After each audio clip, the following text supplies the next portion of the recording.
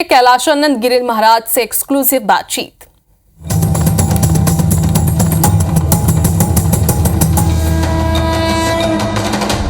कैलाशानंद गिरी जी महाराज इस वक्त हमारे साथ हैं। देश से ही नहीं विदेशों से आए, आपके पास लोग आए, लोगों ने सनातन को जाना, भारत की सभ्यता संस्कृति को जाना। तो महाकुंभ के बारे में हमारे दर्शकों को आप सबसे पहले बताइए, जो आपका अनुभव रहा। इतने बड़े संत से अगर लोग जानेंगे तो उसकी महिमा अलग होगी। राहुल जी, बिल्कुल सही कहा आपने। यह विश्व का सबसे बड़ा मेला है जी। और मुझे लगता है कई सदियों बाद ऐसा जन सैलाब कुंभ में देखने को मिला। कई सदियों बाद जो पीढ़ी बीती होगी, उन पीढ़ियों के बारे में सुनने के, उन पीढ़ियों के द्वारा लिखे गए पुस्तकों को पढ़ने के बाद, कुछ कानों कान आवाज आने के बाद यह ज्ञात हुआ कि इतनी भीड़ आज तक कभी नहीं आई। इससे यह साफ हो गया, यह तो सिद्ध हो गया कि भारत ही नहीं, दुनिया का जितने भी सनातनी परंपरा को समझने वाले, जानने वाले लोग हैं या मानने वाले लोग हैं, वो आज भी सनातन से जुड़ना चाहते हैं, सनातन को समझना चाहते हैं, सनातन को मानना चाहते हैं। और इस महाकुंभ में क्योंकि एक अद्भुत जो घटना हुआ वो ये हुआ कि इस कुंभ में सभी सनातनी आए और सनातनी बिल्कुल सहृदय पूर्वक सरलता बस आकर के वो गंगा में जहाँ जिसको स्थान मिला वहाँ उन्होंने डुबकी लगाई। एक दूसरी बात, बड़े से बड़े साधु इस बार अपने छावनी को छोड़ के तैयार नहीं हुए। कहने का तात्पर्य कि इस कारण जो यहाँ का ऊर्जा रहा वो ऐतिहासिक रहा, अवर्णनीय रहा और उसका अनुभव आज करोड़ों करोड़ भक्तजनों में दिखाई पड़ रहा है। और बड़ी बात यह है कि छोटे लोगों से लेकर दुनिया के बड़े लोग आए, छोटे लोगों से लेकर के बड़े लोग आए। सब ने आकर के गंगा में डुबकी लगाया, सब किसी न किसी साधु संत से मिले। देश के बड़े उद्योगपति, बड़े दानवीर, उदार, सरल, आध्यात्मिक, मुकेश परिवार की पूरी पीढ़ियां आकर, चार पीढ़ियां आई। और आपके सानिध्य में उन्होंने और पहली बार वो आए और उनको हमने स्नान कराया, हमने उनका पूजन करवाया, मेरे साथ उन्होंने स्नान किया। आज मैं ये कहना चाहूँगा कि उससे हमारे जो लोग हैं उनको एक प्रेरणा मिलती है। जब दुनिया के बड़े लोग, भारत के बड़े लोग आकर के नहा कर जाते हैं, प्रधानमंत्री नहा करके गए, गृह मंत्री जी नहा करके गए, राष्ट्रपति नहा करके गए, तो ये प्रेरणा लोगों को मिलता है कि भारत का सबसे बड़ा आचार्य महीनों से यहाँ है, मुझे भी यहाँ रहना चाहिए। जो कि हालांकि धूल के कारण भक्तों के लाखों की संख्या में, लगभग 1.25 करोड़ 1.5 करोड़ लोगों को हमने यहाँ भोजन कराने का संकल्प लिया था। तो ये दुर्लभ क्षण था, ये अलौकिक क्षण था। इस क्षण का वर्णन कर पाना शब्दों से परे है।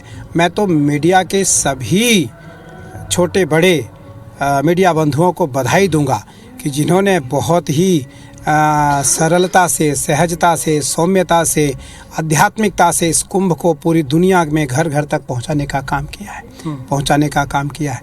हम लोग जहां तक जा सकते थे, हमारी आवाज़ जहां तक जा सकती है, हमारी खबर जहां तक जा सकती है, मेरा संपर्क जहां तक जा सकता है, वहां तक हमने बात करने का प्रयास किया। लेकिन जो घर घर तक यह बातें गई, घर घर तक यह आवाज़ गया, वो आपके कारण गया। अयोध्या सज गई, काशी भी, अब मथुरा की बारी है। कहने की आवश्यकता नहीं, अपने आप आ जाएगी।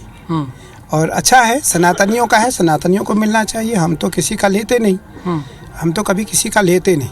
हमारा कोई लिया है तो वो हमें दे दे। अगर वो नहीं देता है तो न्यायपालिका है, विधि पालिका है, वहाँ से प्राप्त होगा। निस्संदेह हमारा है, इसलिए कोई ले नहीं सकता उसे। रख तो सकता है कुछ दिन अपने पास, लेकिन वो उसका हो नहीं सकता है। वो है हमारा, हमें ही प्राप्त होगा। तो मुझे लगता है कि दुनिया के हर देशों से कुछ न कुछ प्रतिनिधित्व करने के लिए कुछ लोग कुंभ में जरूर आए।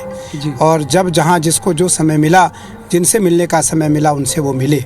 साधु का काम है क्षमा मांगना। साधु तो सरल होता है। मैं फिर कहता हूँ, साधु कभी बड़ा नहीं होता है, साधु सरल होता है। महाराज जी, जो इस भाग दौड़ भरी जिंदगी में लोग कंपटीशन का दौर है, पहले पायदान पर रहना, पैसे के मामले में, वो आपके पास आते हैं तो क्या आप उन्हें बताते हैं?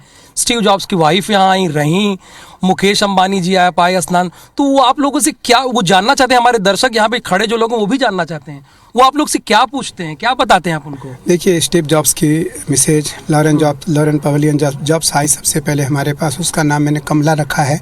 1 वर्ष पहले मैंने उसका नाम कमला रखा। और आज उसको हमने दीक्षित किया। 14 जनवरी 2025 महाकुंभ में ही हमने उसको दीक्षा दिया।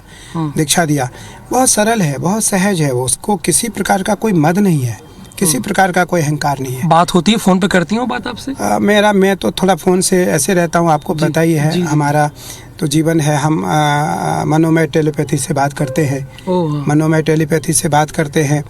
और ठीक है, बात जब उसको मन कर रहा हो, करना होगा उसे बात करने का, मिलने का, आ जाएगी। तो क्योंकि मेरा जाना तो संभव इसलिए नहीं हो पाता है क्योंकि हमारा रसोईया, हमारी कोठारी, भंडारी, नाई, धोबी सब साथ जाएगा। अकेले हम जाके क्या करेंगे?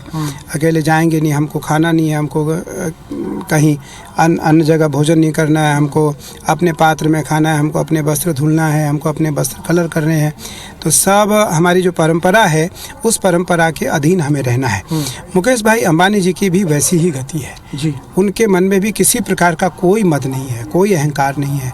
और इस भारत में सबसे सरल अगर उद्योगपति परिवार है कोई तो वो मुकेश भाई अंबानी परिवार हैं, वो अंबानी परिवार है। क्योंकि वो परिवार मेरा परिवार है, मुझसे हृदय से उस परिवार का संबंध है। मैं अंबानी परिवार के लिए कह रहा हूँ कि वो परिवार अत्यंत आध्यात्मिक, और इस कारण वो आज देश के नहीं दुनिया के 5-10 लोगों में से एक हैं, क्योंकि वो आध्यात्मिक हैं। आध्यात्मिक हैं, इसलिए उस परिवार पर माता, पिता, गुरु, राष्ट्र और भगवान 5 के प्रति हमारा समर्पण होना चाहिए। सबसे पहले माँ, उसके बाद पिता, फिर गुरु, फिर राष्ट्र, फिर भगवान, 5 के प्रति हमारा समर्पण होना चाहिए। 5 के प्रति यदि हमारा समर्पण है तो निस्संदेह हम भारत में दुनिया के सबसे बड़े आदमी होंगे। बहुत धन्यवाद। महाराज जी का ये सरल और सहज अंदाज है कि आम लोग क्या, खास लोग सभी जुड़े आते हैं। कैमरामैन नंदन सिंह पवार के साथ राहुल सौमित्र, IBC 24।